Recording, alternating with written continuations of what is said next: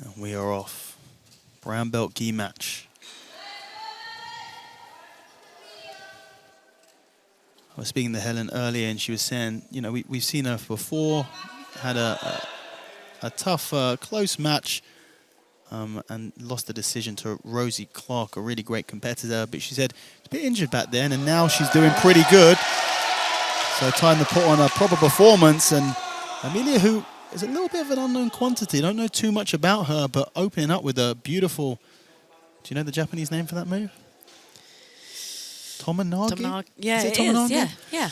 I call every judo throw Tomonagi, and once you got it right. every 10 times maybe, it will just be right. Yeah, beautiful attempt. And now happy to take the guard position here.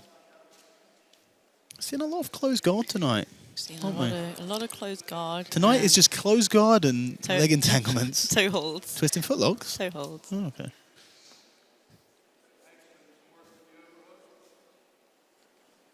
It looks like Emilia is passing this lapel through for a possible choke.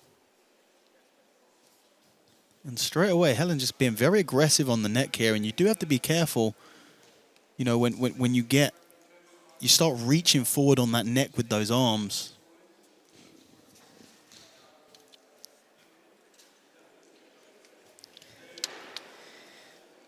Yeah, I think Helen's trying to put her weight forward in order to kind of try to avoid any attacks from that overhook.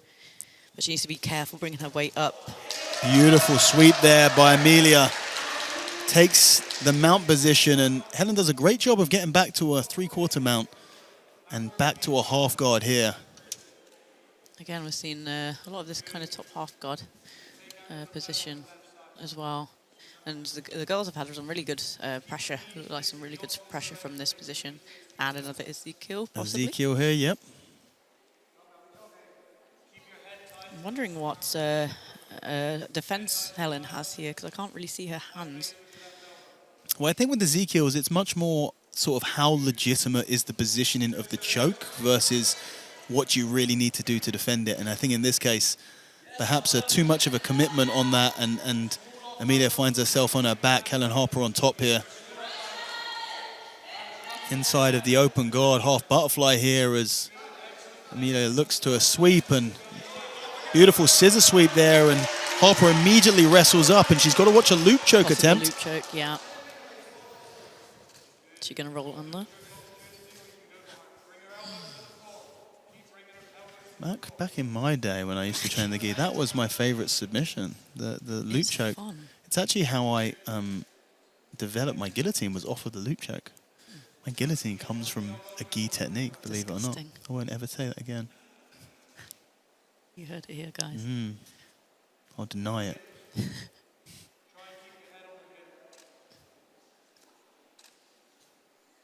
Emilia doing a great job here of passing around the legs whilst having this almost cradle position on Helen. Oh, she stepped over. That's interesting. I think she's still got some sort of gi material around the neck here. She definitely does. I wonder if we're going to see something almost like a clock choke. Now the thing is with these positions, you don't know like how the competitor is kind of feeling. You don't know if they're noticing like a bit of gap, which would stop them from, you know, fully committing to something. Yeah. Helen on a single leg here. Emilia doing a great job of defending so far. Just under 6 minutes left in this round, and so far Helen Harper not really able to get too much into this match, not really able to get any of her game off.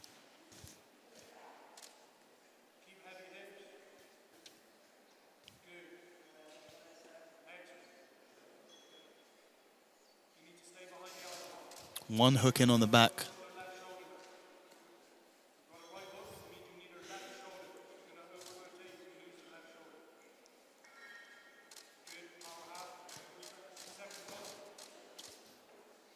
Just loses that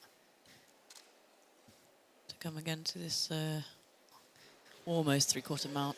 Yeah, Harper's doing a great job of not allowing Emilia to really get to a dominant position. We have seen sort of transitional dominance by Emilia, but she's unable to get into a super strong position. Commentator's curse. I told you. Strikes again. I told you. Into the mount here and really securing it now. And I wonder whether we're seeing a little bit of fatigue from Harper because, you know, as I was saying that the first half of the match, whenever she was in a position like this, we were seeing big explosive movements out of it and not as much of an immediate defense. She's turning belly down here, and I wonder whether Emilia might be looking to set up some sort of arm attack here. She's punching that right hand through. I think she might have hand control. She might be attacking an Americana there, and Harper gets to her knees. Back is taken. Both hooks on the inside here. And a beautiful job by Harper getting back to a three-quarter mount position. But relentless transitions back to mount by Emilia on top. Yeah, it looks like she's almost got that knee inside to try to turn into a guarded position, but with that arm trapped, Emilia has that arm trapped, so it's going to just be really, really difficult to turn back.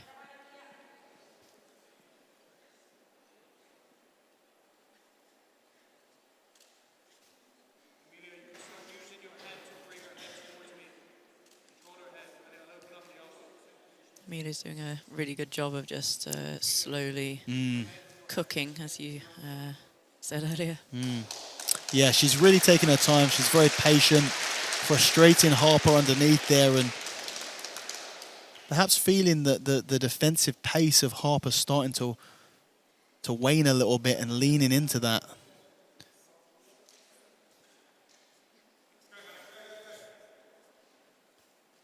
Harper's certainly got 3 minutes and has to pull something pretty impressive out the bag at this point to claw this back on the judges' scorecards. She tries to get back into a half guard and finds her guard completely passed into mount again. Helen's got her arm wrapped around Emilia, which... This is an Americana position here. This is actually one of my favorite submissions. She's going to switch into a head and arm now.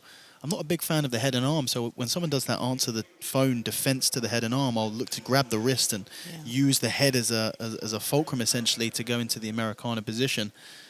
She looks like she's locking off on the head and arm. It doesn't look super tight, and it's very difficult to do in the gi. There's so much of that material bunching up and sort of little pockets of air are formed. But if Emilia can grab onto the wrist, she can use this as a great position to secure good back control. I thought she was reaching through to the inside of her sleeve. I thought she was going to switch it to Ezekiel again. Yeah. No, nice security of the back now. She's got both hooks in here. She hasn't really secured the angle of this position in terms of her chest to her opponent's back.